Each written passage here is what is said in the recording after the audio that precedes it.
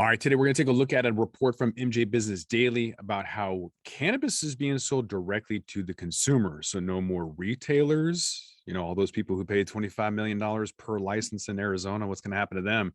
We're going to talk about all of that and a little bit more coming up. It's only entertainment.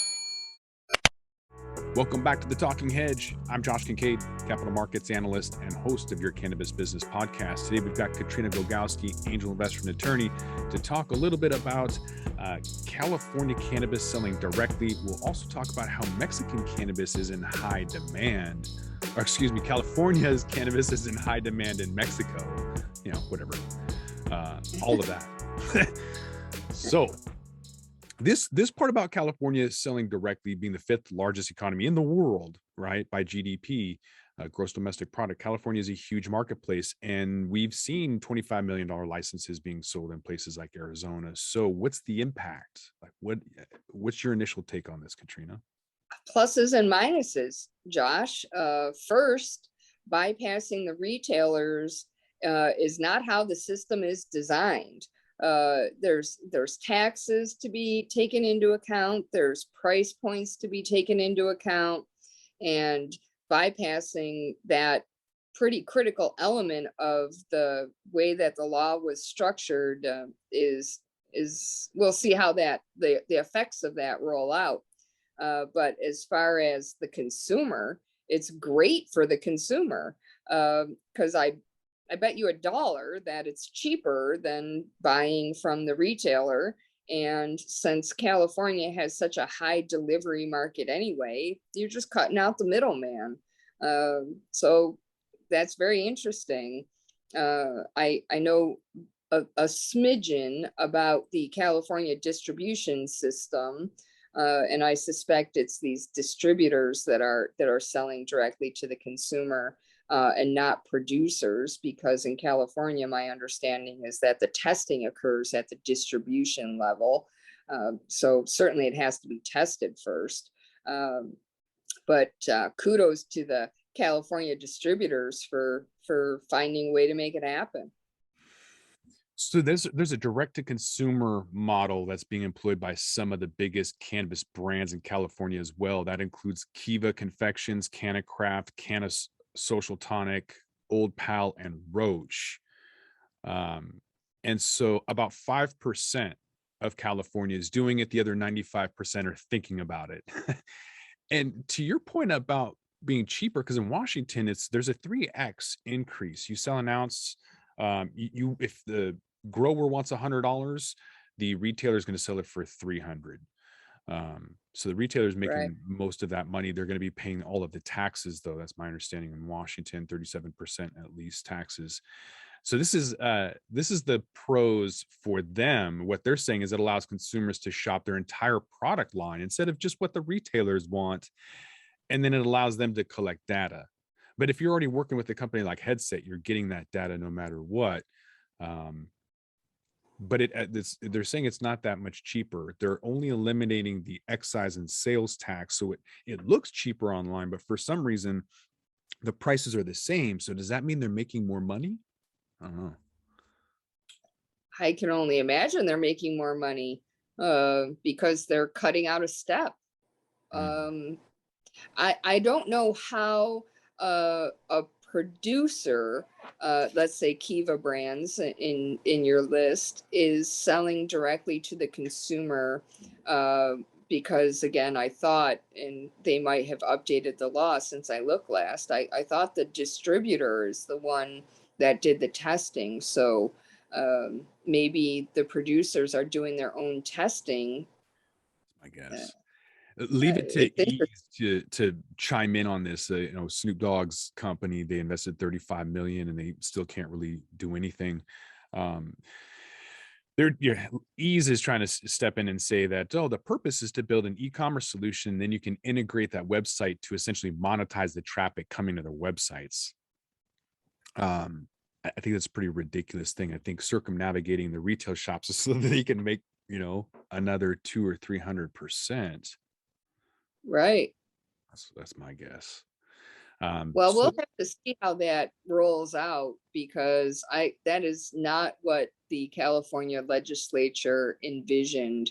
And as you stated earlier, retailers paid through the nose for these licenses. And if they're going to be cut out of the distribution model or the direct to consumer model, they're going to be very, very upset. Right. Meanwhile, Mexican demand for cannabis and from California specifically explodes. So there's a demand in the US for grown cannabis exploding across Mexico. And they want specific brands and products, obviously not legal, but it's still making its way across the border. So, California, their cultivars, their trends definitely kind of lead popularity and go to Colorado, make its way to Washington, everywhere else eventually.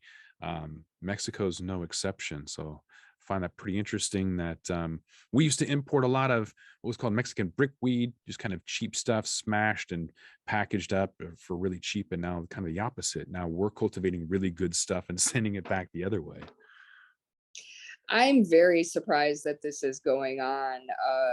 You would have to pay such a premium for California weed in Mexico due to the risk of crossing the border.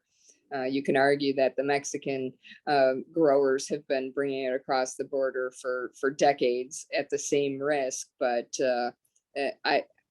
I'm very surprised that that's happening. Seeds, maybe you can say, hey, I want to grow the good stuff, but actual consumption items really surprises me.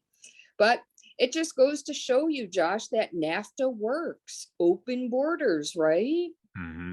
Yeah, it's saying that these ounces in San Diego for 150 are going for 500 in Mexico. So it is a substantial increase, but a lot of risk for that too. I'm not sure. Yeah, that'd be huge, such a huge risk, because what you'd be doing is putting your California license on the line, Mm-hmm. and that's worth more than $350 an ounce. The license is priceless. Yeah, and assuming somebody just random Joe is buying it and somehow getting it over there too is still that's a lot of risk, but they're doing it anyways. Doesn't matter. But yeah, it just goes to show that California cannabis is kind of doing its own thing out in the wild, wild west, selling directly. Retailers obviously not happy about that, pushing back.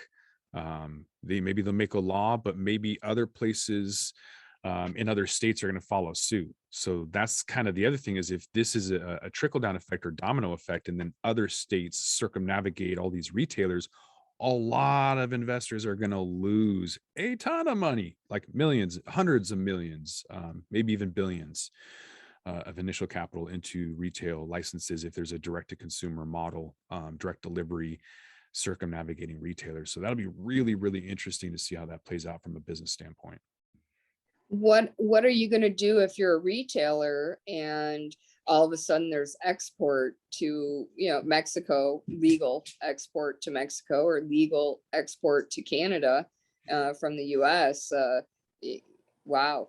So True Leave is in no, not True Leave, I'm sorry. There's a company out of is it Clever Leaves out of Colombia that is now in Mexico. And so if NAFTA holds its thing and agriculture can get through, then yes, that 15 cents European 15 cents European GMP certified will get into the US at maybe 5 cents. So it's just going to destroy the whole, not destroy, but change the whole market. Maybe they have to do vertical growing, vertical integrated agriculture, automation, robots to compete with that. Maybe they can't. Maybe it's special patented cultivars, and that's the only way. I don't know, but it's definitely going to change the whole game. It'll be interesting to see how that plays out. It definitely will. And if you remember, I think it was 2 years ago, Oregon passed a law legal that allowed for import and export of their cannabis once it is federally legal. So there are states out there already planning for this, and Oregon, I think, was very, very smart to legalize it first. So once it is federally legal, they can import and export to Mexico all day long because the law's already passed. You and I always talk about the fact that this is an agricultural product, and not every state can cost effectively grow an agricultural product. And what's interesting to me, though, is that California is shipping to Mexico and not the other way around. So maybe we're wrong about where it is best to grow agricultural products. Although, I always use avocados as the example. You don't grow avocados in Washington; it's too expensive. But we'll see what happens. It is a very interesting trend, and if it holds, it's going to have a pretty severe swing on the market, and especially the prices in the market. Yeah, I think California. Go ahead. Don't buy a retail license right now. Don't do it. Yeah, exactly. Yeah, I think California will always have a heart in the culture and community, like I said, with its own cultivars.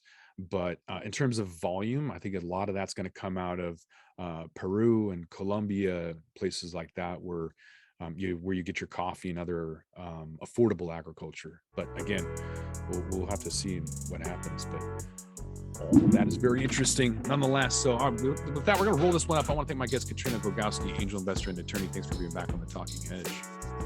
Thanks, Josh. I'm Josh Kincaid. This is the Talking Hedge. Don't forget to like, share, and subscribe, or don't. And I'm out. Don't forget to smash that like button on your way out and check out these other videos that we've got.